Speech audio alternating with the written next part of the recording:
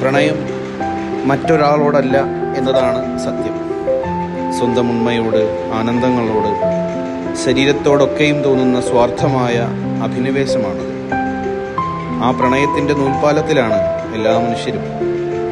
എപ്പോഴും നിലതെറ്റാവുന്ന നടത്തം, എപ്പോഴും പൊട്ടിവീഴാവുന്ന പാലം. താഴെ പ്രലോഭനത്തിൻ്റെ മറ്റൊരു താഴ്വാരമുണ്ട്. പറന്നിറങ്ങാവുന്ന മടിത്തട്ട്. ഉയർപ്പും കലർപ്പും അവിടെയാണ്, തുടക്കവും ഒടുക്കവും.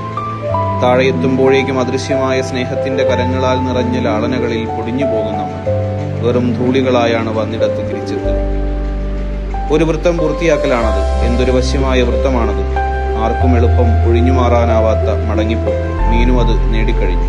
ഇനി തന്റെ ഊഴമാവാം. പിന്നെ ലക്ഷ്മി, പിന്നെ സുശീൽ.